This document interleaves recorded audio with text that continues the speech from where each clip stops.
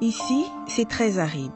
Les précipitations sont moins prévisibles qu'avant, alors parfois les récoltes sont mauvaises. Mais je dois quand même nourrir mes 6 enfants.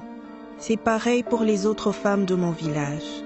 Nous avons toutes des familles nombreuses et avons besoin de nourriture, de bois de chauffage et de fourrage pour nos bêtes. Mais la végétation s'est raréfiée.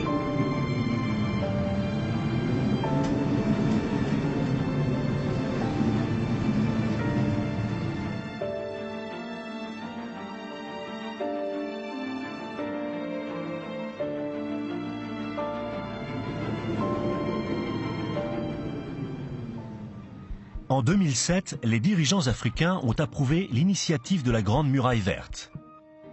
Au départ, l'objectif était d'établir une ceinture verte au sud du Sahara.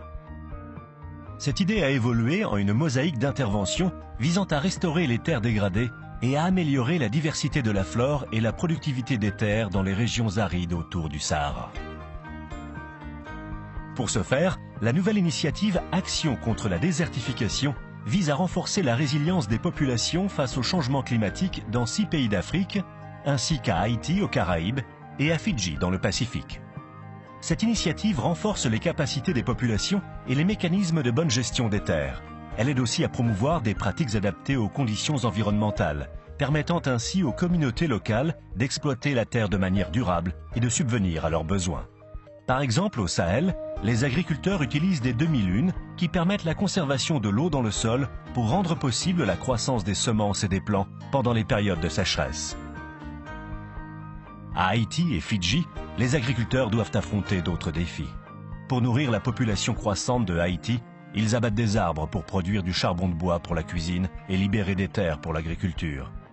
Ceci entraîne de graves érosions du sol lors des moussons tropicales.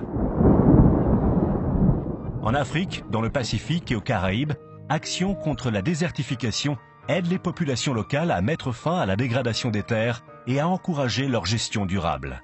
Par le biais de l'agroforesterie, par exemple.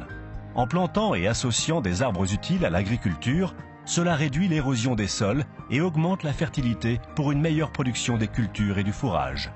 Les arbres, plantes et cultures utilisés dans ces systèmes agroforestiers apportent des bénéfices à l'environnement, génèrent des revenus aux populations locales et contribuent à leur sécurité alimentaire. Relevant un des plus grands défis de notre époque, Action contre la désertification est en train de garantir la prise en charge des besoins des générations actuelles et futures.